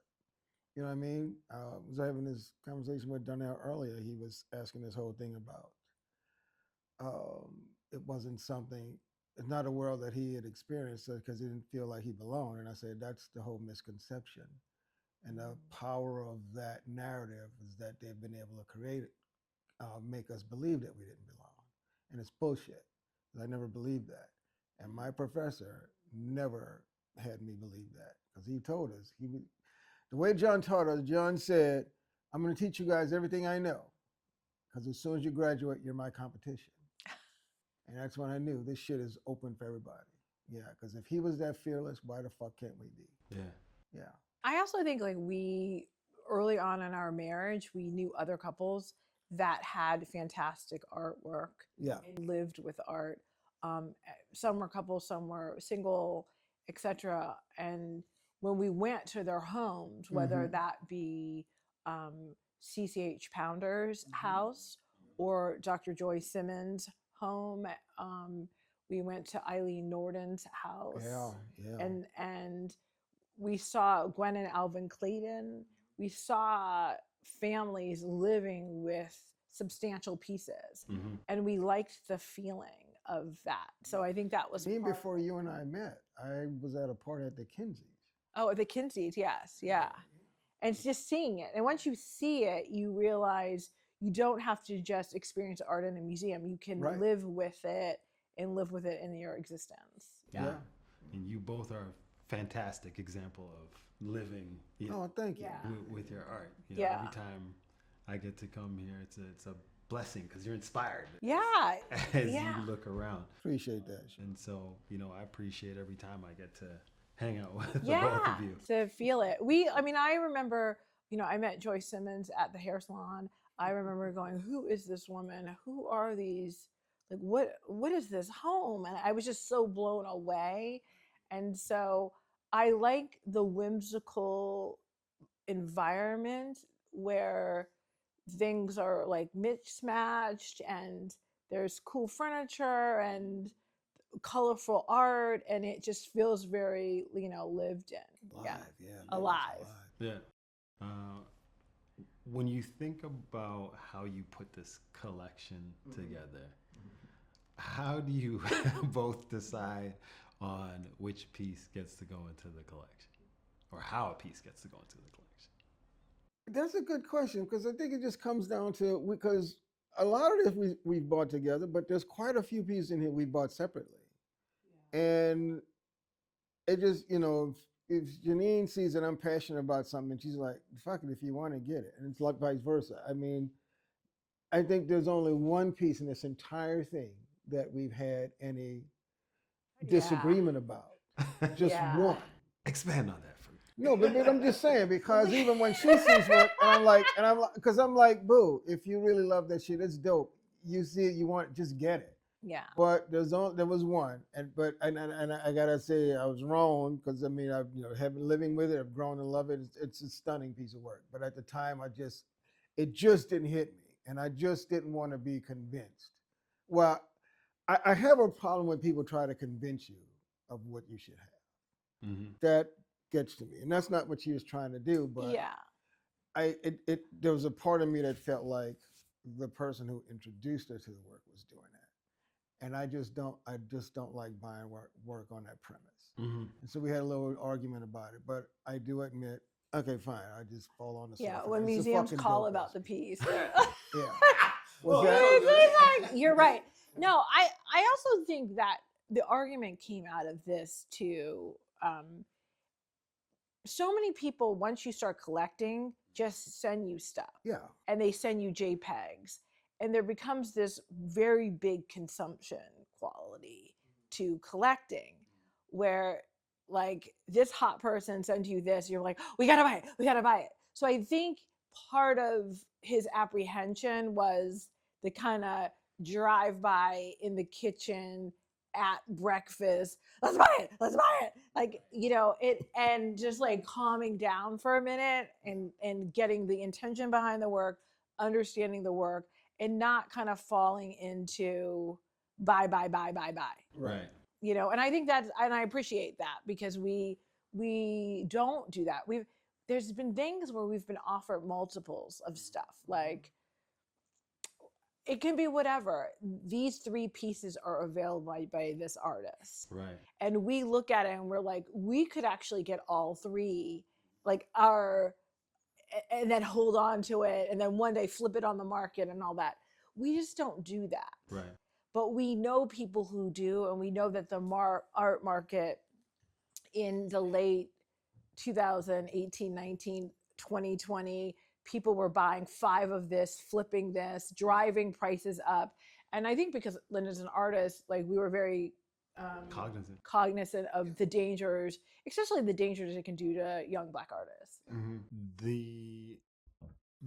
The part of pumping the brakes, I think, is like somebody got to pump the brakes, right? Mm-hmm. Yeah. And you mentioned that you appreciate that. Who's the accelerator? Listen, I think we both accelerated different times. Like it's very odd. I will say one thing that's weird for me is like Lyndon has so many really good friends because he's an artist that are great artists. So they'll all be hanging out, and he'll be like, I hung out with this person, hung out with that. I was like, did you ask them for a piece? And they don't ask each other to buy each other's work because they're just boys or girls, and they're just hanging out. But there has been times where I've driven it, and then, I remember being out of the country for something, and Lyndon called me saying, like, I saw the greatest piece, and we've got to get this. And then 2 days later, he was like, Janine, and he sent me the JPEGs, and he's like, we've got to get this. So it just depends on, it just depends. Yeah. Right. But we have a mutual kind of, and I'm not judging this because we have a property that allows us to have art. We have not gotten into the storage thing yet. Right. Hang everything. We try to hang everything. That is not to say that we won't store it. That is not to say we won't sell some stuff later. I am not against anyone's anything. Mm-hmm. It's just we're trying to get people to see the work. Yeah. And we know we have the personalities where we could get a storage facility and put like 8,000 works in it. Right.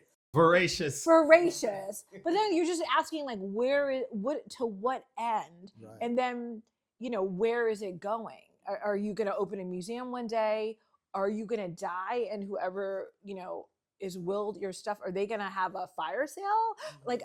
Like, are you giving it to an institution? Does the institution want it?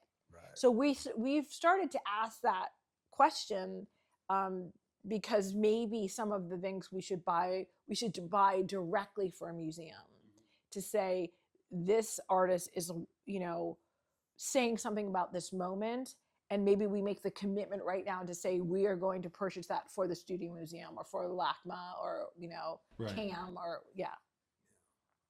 About that acquisition and then directly into museum, there's been this notion sometimes in the market where it's like, well, in order to get access to this artist, we need you to buy the first one for the museum, and then you can get the second one. Have you bought into any of that notion? No. We've listen, I don't want to out anyone. We've had Game of Thrones wars with gallerists who wouldn't sell and all that stuff. And even dealers. Dealers. Same thing. Yeah, gallerists and dealers. We've had people say, you buy this, we'll give you access to that. You do this, blah, blah. And or if you want this, you got to get that. You've got to get this person. And it's sort of like, so I went to a Mercedes dealer. I wanted a Mercedes, but you're saying I have to buy the Porsche in order for you to even let me see the Mercedes. And you're like, it's a crazy game. We have not gotten into the double acquisition. We buy one and then one for the museum. We haven't done that. The thing that's occurred with us with museums is that certain people know what we have, or they know this is a piece of work from this artist's early part of their career, and this would be great for a show. And then they have borrowed stuff. There is, the LACMA came once with a curator and said, these are some things that we would be interested in acquiring later in life. Would you guys want to give these to the museum? And, for those things, we said yes, because it's a great home for those things. So we gifted 5. So we gifted like 5 things, yeah. But right now it's for us. Of course. They take position when we say, okay, you can have it. But it's for us. I like to visit and be able to witness.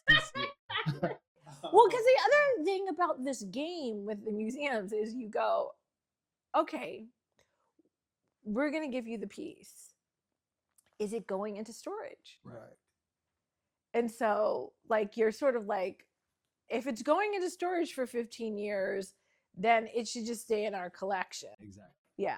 So that's like the answer to all of it is like, where does it go, and how do we get people to see it? Right. The Marcianos, if we become the Marcianos, have a whole building. And have a whole building, then that's another story. Right. Yeah. Right. We love how they roll. Yeah. Oh, of course. Yeah. Of course. Yeah. So there's a lot in the collection as we have seen. Where do your tastes align and where do they differ? Wow. That's a good question. I don't know. Do we have any differences? I think sometimes I think I have so much respect for Lyndon as an artist that Oh Lord. that when no You that ain't gotta when say I this because we on camera. no you're gonna hear what I'm gonna say. Okay. Sometimes I show him a piece Right. and he says that's not that good, and I'm like, oh, and then I have to sometimes ask, why isn't it that good? Right. And then he will say why to him it's not as strong. And if we look at a body of someone's work, like a gallery sends us over 20 pieces, he might find the piece that is saying something different than all of the rest, is a reach for the artist that is different than what they're known for. You know, it's like the Barclay Hendricks. Everyone knows the portraiture. Um, the ZAG is also financial because the portraiture is $1 bazillion, Right. but the ZAG also is he did landscape. Right. Landscape. Yeah. I was like baffled when I saw that. When I remember I was like, I didn't even know he created like this. And you're like, no, this is him. Yes. Yeah. So sometimes I think Stunning.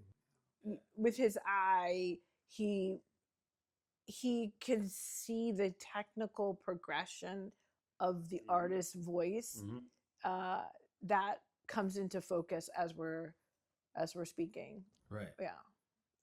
So there's some strategy over here. Well, there's strategy, but there's also just a connection and a feeling because you know we buy from passion. But so again, if I see something that just doesn't speak to me, there's it's like being an audience to any form of art. You know things you like, even if you can't explain why you like them. You know you don't like, even if you can't explain it. You know, it's just that visceral thing, whether it's a film, a song, or a piece of whatever kind of art it is under the umbrella. And if it is something that I like, and I can go in and talk about why. But then if it's something not, and that's what she's talking about, you know, what does that, what about it that doesn't do anything for you? I could explain it, but so, and I guess that just comes from, I don't know, whether it's what I've learned or what I've practiced or just what I've 10,000 hours. Yeah, you know, it's all that shit. Yeah, you know. Have you ever worked with advisors at all? We have Oh, have we? I'm honestly just blanking on her name just at the moment. Yeah. But we worked with one person. Um, we worked with one person years ago. We were turned onto her by Joy Simmons. She was repping some young artists, and she actually, we knew Noah and Karan. She introduced us. She said Noah and Karan had a show up at their place. They're opening this thing down the street called the Underground. But we went over. Yeah. But she made the connection that Noah was going to be selling his work. So we went over there that day for the intention of seeing a whole body of Noah Davis's work and seeing Karan's work. Yeah. And I don't know if she's still into advising, but the more of the advice has come from specific gallerists who know our tastes and just call directly. But we've never had someone say, this is how you build an esteemed collection. Yeah, no. Right. Which gallerists do you get that touch from or advice from? Or I mean, for a lot of different people, you know, Terrell Tilford has done an amazing job. Rick Garcon has helped us. Joanna at Jack Shaman, Bennett at Roberts and Tilden, Susan Velmeter, Steve Turner was a huge influence, especially jumping us off. Destiny Ross, Dominique. Dominique Clayton.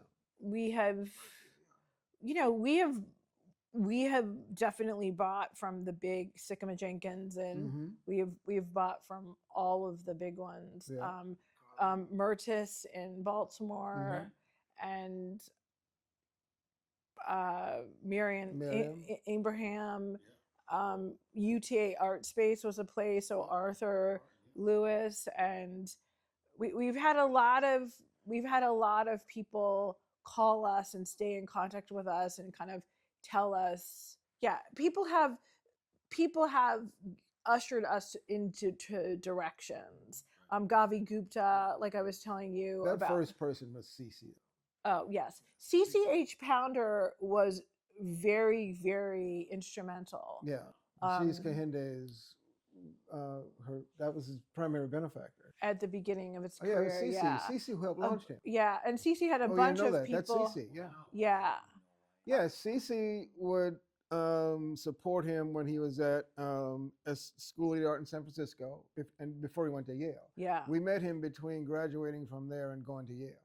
yeah, So before he was doing those four, he was doing these things where he was doing paintings with guys with like really long hair, like they would Yes. stretch across the canvas. yeah. Not in the conventional way, but incredible work. Yeah, but that's when we met him. Yeah, And I mean the and it's through Cece. godmother too, besides Cece, because Cece was huge, Yeah.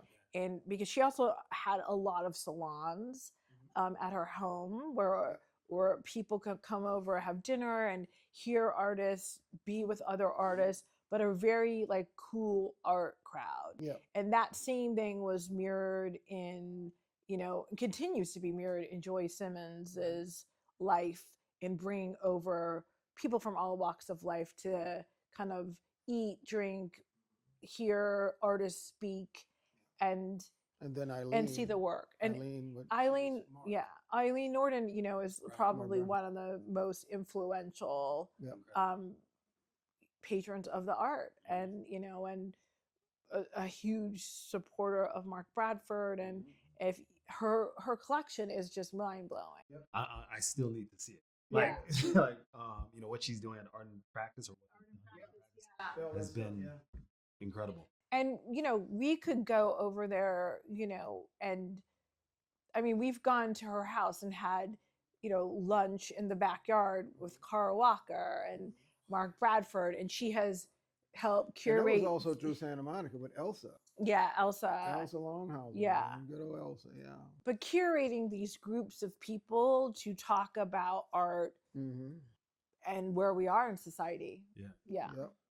All these special experiences. Yeah, man. Yeah, it's been great. And to see a lot of them as like a lot of Black collectors, and we've both, like you were saying, you went to the Kinteys. We've gone to the Kinteys house, and when you feel the life in these homes, you feel the life and the stories, and to hear people light up, and to hear the Kinseys light up about, they tell you the story of each piece. Right. Yep. It's amazing. Tell me about the art fair circuit, and if you participate in it or not, or there's a frenzy in terms of like these fairs and things. Or is the gallery, and openings more your speed? I think it's more the galleries. For me, at least, it's more the galleries. I mean, here's the thing. They all can be really overwhelming, especially when you got thousands of people in there, whether it's a gallery space or like the whole fair thing in a warehouse. You don't appreciate it as much as because part of that shit is running into everybody you know. Yeah. So you spend half the time talking to other people. The fairs are kind of about the social vibe. It's all that shit. It's kind of about the fit and the vibe. Yeah, it turns into this like. So being able to just go in a more quieter time and actually really just appreciate shit. That's what does it more for me. Yeah, I mean, I think, listen, we are really big participants in Freeze. We have Freeze events at our house. They have been fantastic to us. And so going to Freeze is always a highlight of LA art scene. And, going on that first day and walking through in the morning, it's like phenomenal. It's a phenomenal experience. And you do see some gems. And you see gems. We see some things that I think I think sometimes it's hard when you go in and you see so much work and your dopamine is like, bye. right? Oh, Like on a you, level, on a you're on a level. different level. So it's good to go, and we tend to kind of walk away or like at Freeze, go outside at the picnic table, eat, take a break, and talk about the work that we saw Yep. and why it's important for our collection. Sometimes on those events, this is why it's good to go. Is like you get invited to luncheons or private cocktail parties or a benefit at someone's house, like the night before the big freeze, Yeah. and it gives you a more immersive sort of conversation about the work, so that when you go see it at the fair, it's contextualized for you and it's not just this like dopamine reaction. We've also had like we've had dealers go to festivals and fairs and call us and say, you know, like I was saying about the Astor Gates, they called and said, "There's the Astor Gates here," and everyone is around it. But like, you know, this is why we had been studying why we thought the Astor was important for the time, why his practice was important, and why we wanted to get him in our collection. Right. There was some discernment I heard in there, like there's criteria to enter the collection. There actually, it's very bizarre. In Lyndon, you speak to this too, but like there's actually no criteria. Yeah. Okay. No, And that's like, why I'm frowning at it. No, I no, no. What I meant was that we actually we have bought pieces at, like I said, Jack Shaman from Joanna. Like we're in New York. We go see it. We go up to the private room. People put on gloves. Like we've done that. You know what I'm saying? White glove treatment. Yeah, we've done the kind of like, oh my gosh, and her say, go think about it. And we've gone to a play and we've sat and thought and thought. But we've also walked out of the Mocha and seen an artist selling things out of their van. This guy does the most spectacular work. I don't even know. We don't even know his name, and we bought like 3 pieces. It's on the piece. So there isn't a discernment in terms of like this person's famous, this person is not famous yet. There's no ranking now. But sometimes you get into an artist and people know you're into an artist, and for whatever reason it's hard to acquire them. It could just be hard to acquire them because they don't do enough pieces for like homes. It's more, you know, installations for museums. And so the Astor, it was that he didn't have a ton of pieces to get for your home or to have in your house. So we had spent, I think, 8 months or a year prior looking, searching, wanting a piece of it. But like I said, you know, if we go to a show at Otis, and it is someone just graduating or they're a sophomore at Otis and they have a piece that speaks to us. Right. We were at Pace Gallery in the courtyard for a big, you know, I don't remember whose show it was. Hank Willis Thomas show. We met an artist, amazing artist, and she's at UCLA. She said, "Can you come down? Do you guys want to come down and see my work in my studio?" And we went and we bought a piece. Yeah. You know, so yeah, and so it just depends. Mm-hmm. What was the first piece that you both were like together? Like we need to have the first that you can remember. That's a damn good question. I don't know. I don't know, because you know we used to go to the Twins at that coffee shop in Lamar Park. Yeah, and we buy stuff there. Really cool stuff. We bought there. stuff there. Yeah. Yeah. We bought. I think that we got that one that looks like Baldwin. Oh yeah, yep. We have a piece that looks like James Baldwin. Yeah, it's a portrait of Baldwin. We think that's it. We bought a piece. One of our first pieces was this thing called White Girl, Black Girl. It's a piece of folk art upstairs in the hallway, and that was like a big purchase for us. I don't remember I don't remember how much it was. It was $2,500, $1,500. It was, but it's still, you know, we're thinking about like life and safety. One of the coolest pieces we do have is another one we got. I think we got it from was it it was a bookstore in Lemert Park. Oh, uh-huh. Is the Ali thing? Oh yeah. No, we got that one from, that's really weird. What's We that got from? that one from Baldwin Hills Crenshaw Mall in the courtyard. Oh, that's where that came from. So it's the guy. I think his name because he signed it Henry Near O'Henry. Cinnabon. Henry O'Henry. Yeah. Did it in 1977, I believe. It's 12 panes of glass. It's a portrait of Ali, and it's all cutouts of Ali from different magazines and different eras and different magazines. It's heavy as fuck. It was not white on the wall because the wire was all popped. Right. But and it's a portrait of him because if you look at it closer between all the glasses, his eye, he's looking at you. That's next door. It's on the shelf where you know with those photos. Stunning piece of work. Wow. I have no clue who this guy was. Never met him. Don't know history on him.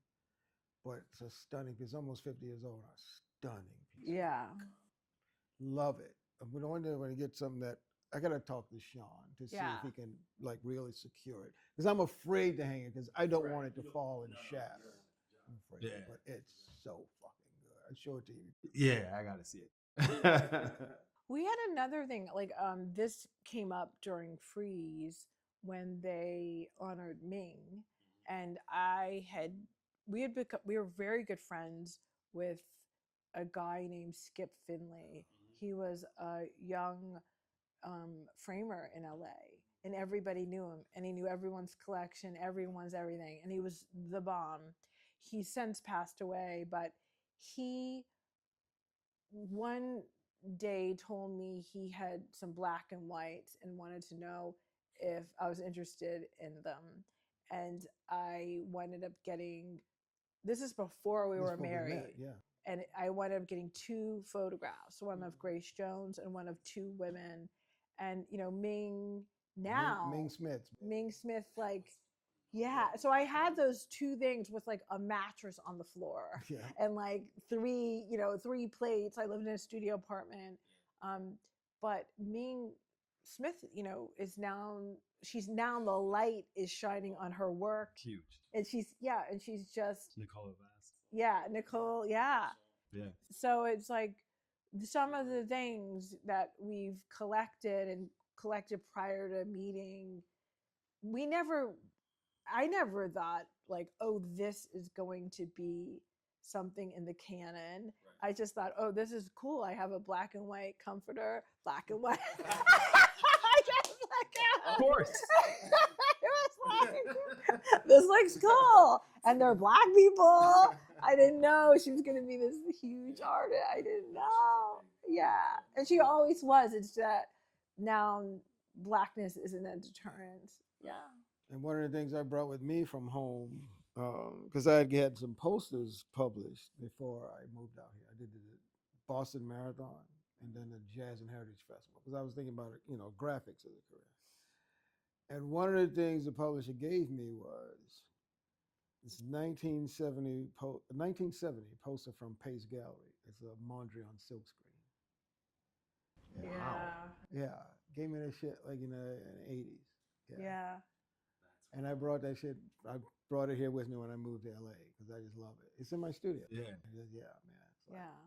So you know, we had some stuff without even thinking about where it was. You had some stuff. Yeah. No, that's great to just see both of your journeys pre. Yes, pre and married. Yeah. And both. Of course. As you think about institutions and the role that they play, you know, in our world, you sit on some. Yes. Yes. Yeah. Why is that important? Well, you know, race plays a role in everything in life. And if we're not at the table, where our work might not get seen. And what people don't understand about boards, because there is, when you're on a board of an institution, you help influence what the institution focuses on. And there are a lot of times where the money on institutions are focusing on the people that are tried and true in the art world in the establishment. Right. And so the more diverse your board is, the more, the higher the chances are that your collection, your programming, your sponsorship, all of the institution's focus will not just be on one thing. Mhm. And so first Lyndon and I both were on the Santa Monica Museum of Art. um, Elsa was a huge proponent of contemporary art, and she remains that. And she had a very diverse board, and we were able to help influence some stuff. We're not curators, so that's not our job. It's just, where does the money go to back a show? It costs a ton of money to bring a show to an institution. Sometimes people are like, I saw this show in New York, why don't they bring it to this museum in Detroit? The museum in Detroit might not have the money to even travel and ensure all of the work that you saw at whatever museum in New York. So right now I am on the board of advisors, which is like a acquisitions board at the Hammer, and it's very, diverse.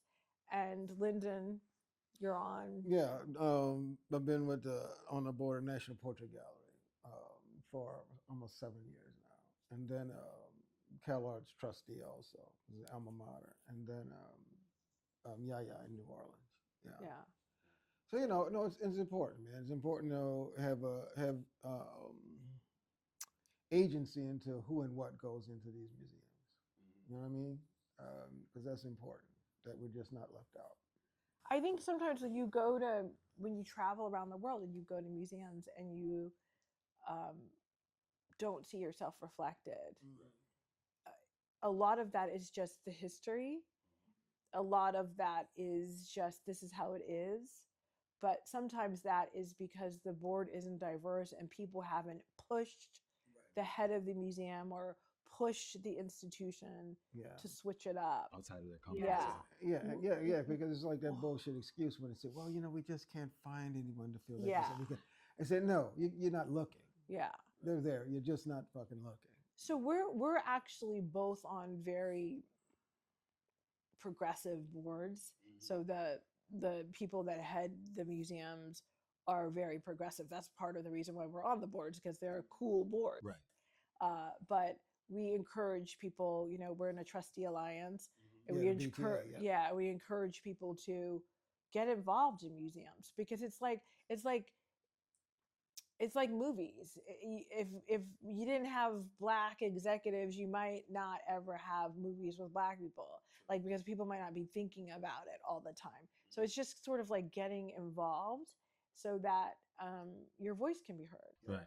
Yeah. Yep. In these museums, there's top shows, great stories, great histories. What are some of the best museum shows that you've seen over the last year, or gallery shows that you've seen over the last year? I mean, the big one right now is Simone Lee at the Cam and the LACMA. It's a joint exhibition. That's a beautiful show.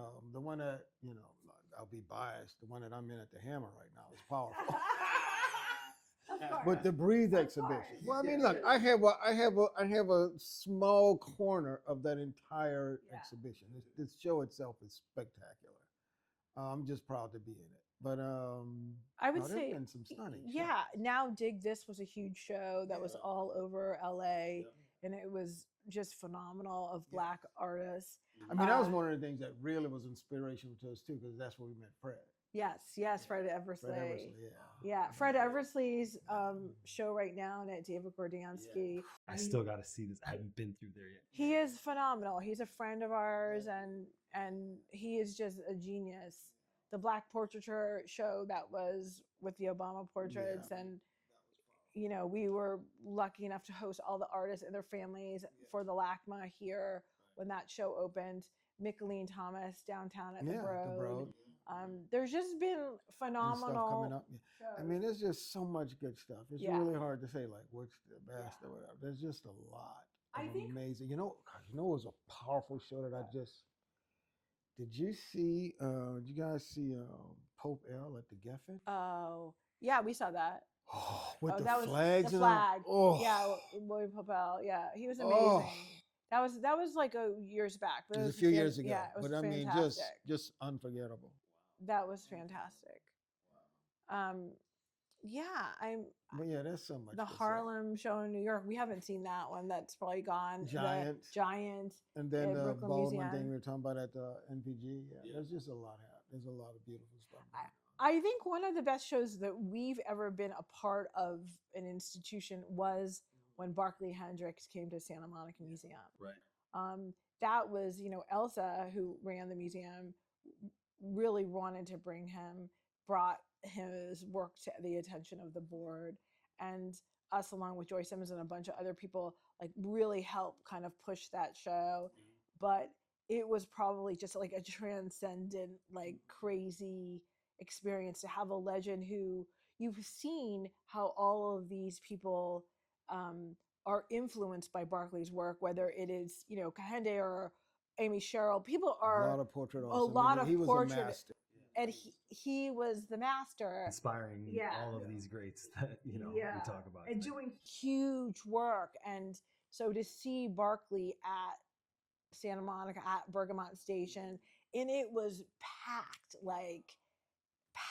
and people just walked in and had tears in their eyes. Really exceptional show. There's Yeah. a beautiful show right now too at the NPG called Brilliant Exiles. It's about women expats in Europe. That left the U.S. went to Europe, Right. and just it runs the gamut. It's beautiful. It's beautiful. Yeah. So, we talked about music as part of the arts. I'm a big fan of hip hop. Mm-hmm. And I like this thing, Top 5 Dead or Alive, that hip hop does, and I've co-opted it for Step into the Art World. So I'm just not that hip. so 5 dead or alive artists. Yeah. Artist edition. Oh my gosh. God, top 5. Oh, I could That's fight off a very few. I hard. could fight off a few on the wish list. On a wish list. On a wish list. This could be wish list or whatever. yeah, in the collection. Could not. Oh, I can't participate in that. Not in the collection. No, I can't. No, I don't want to rank them. But in general. It's tough, but I mean, no, there's a few that come to mind. Can we do this, because I don't want to rank anyone in the collection. Fair enough. I don't want to do that. Can we go top 5 of who we would want if we could get them now? What's the difference? Well, no, because there's so many people we have. I'm like, No, I don't. Oh yeah, no, Top I wouldn't 5. rank anybody in the Yeah, collection. but No, that's he's too saying hard. top 5 in I'm the thinking. world. I'm thinking wish list. That's why I say wish Well, list. that's what. Yeah. Go wish list. Hank, Ellen, Oh, Ellen. Yeah. Ellen Gallagher, Young Yeah. Capote, Ed Clark. Ed Clark, yeah, Yes. Emma Amos. Emma Amos. Yes. That's 5. That's 5. Easy, motherfucker. Oh no. Oh my God! I almost passed out in the bathroom with the hammer. Oh, Julie Moretti. Moretti, yeah, Julie. I literally Okay, 6. You would think I had just seen like Prince and Lenny Kravitz Yeah. came in the bathroom.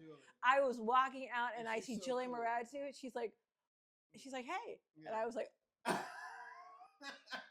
I cannot speak. Because you don't know she is. I say, oh no, I know you. Carrie Mae Weems, like, Yes. I mean, There's a lot. There's a lot. I mean, when you see them, oh my gosh, Betty Sars. Betty Sars. We've had Betty here. We've had so many artists here, but like Betty Sars. Yeah, I know, here. but there's a heartbreaking story. So I go to Betty's house. I don't know. You were probably off Allison, shooting all somewhere. of them, yeah. Go to Betty's house because she didn't go there to see the work. She wants to come over because I was like, I have to do something for you guys. I love you guys. Yes, Betty, sure. Go to Betty's house and see this one. Of all the shit in there, there's just because there's always this one that just knocks you off your fucking we messed feet. up. No, I see this one. I said, Betty, this is it. Oh no, honey, you can't have that one. I'm giving that to my grandson. Like Yeah. seriously? You're like, this is it. Really? Yeah. Wow. Yeah. Not that one, honey. Not fuck. But I can't get it out of my head. Yeah. And she's a part of PST at Robert's Project. Yeah. She's just incredible. She's the and, best.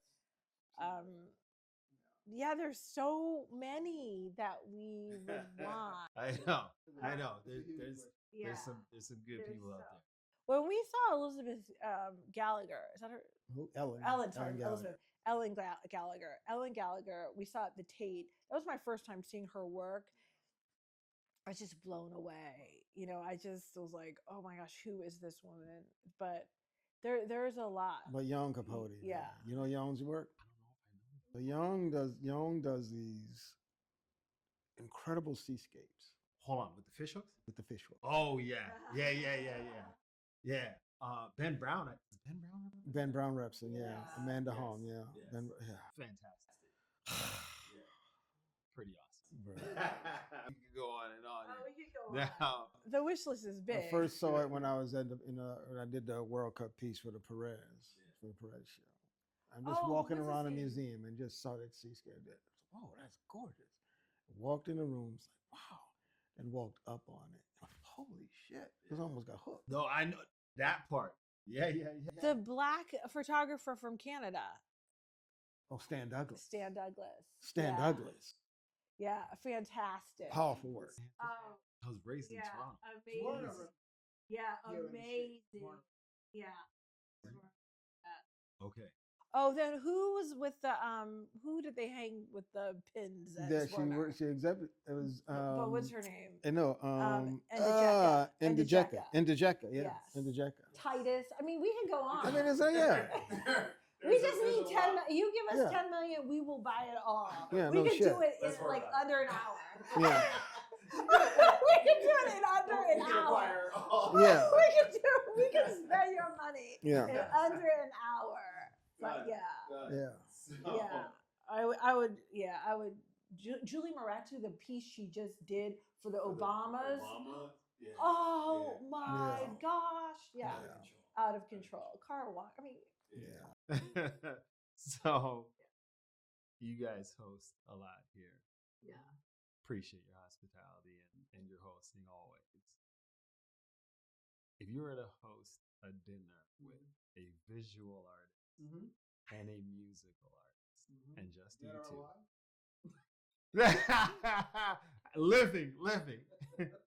living. Yeah. I missed my Prince window. Oh my gosh, who would it be living? Wow. Just two? Music and visual. Damn. Alongside you. Wow. You'd want Lenny. I was about to say Lenny Yeah, and you'd want Julie. Lenny. Julie Moretu and Lenny Kravitz. Yeah, Lenny's cool. Lenny's cool. Yeah. He's an art lover too. Yeah. He's cool. Yeah. Oh yeah. He's an art lover. Yeah. And I'm intentionally not mentioning the people in our collection because they've been to our house. Yeah. A lot of them have been They've here. already had dinner here. So they Yeah. don't count. So who haven't we met? And what would you serve though? What would you serve? Oh, Isn't man. Lenny vegetarian? So it would be like very vegetarian. To make sure. Meatless okra gumbo. We would Uber Eats whatever they want. we would Uber Eats. Sazeracs for sure. Yeah. Yeah. That, I think that's the beauty of like salons and having people over. That's, Lyndon has Sazerac Sundays and people come over and eat and drink. And I think that's the beauty of having artists around and collaborating with ideas and seeing, And you never know who pops up. Yeah. Because, it's not an invitation. Like I tell you, people just drop in. Pull up. I know. Drops through here. Because I'm surprised a lot of times. I have no clue. But people do, from poets to artists to musicians to all different people. And we like that in other people's homes too, going to their house and seeing a bunch of artists together is great. One of the greatest experiences we had was after a William H. Johnson event. For some bizarre reason, everyone was in our living room, and everyone was in the living room, like all the big artists, and they were all Surrounding this one guy. this one guy. He's just sitting And there holding court. He was holding court. No one would speak, and it was Fred Eversley. Yeah, it was wild. And to see these artists who are huge in their own right, or up and coming, or emerging, paying respects to one of the greatest artists, Yeah. you know, who people have known, who lived in Venice, who also lived in Soho, has multiple places, but whose art has been around the world. But he came to this event and then sort of parked it in the living room, and I think we all ate and drank all We've night. been friends ever since. Yeah.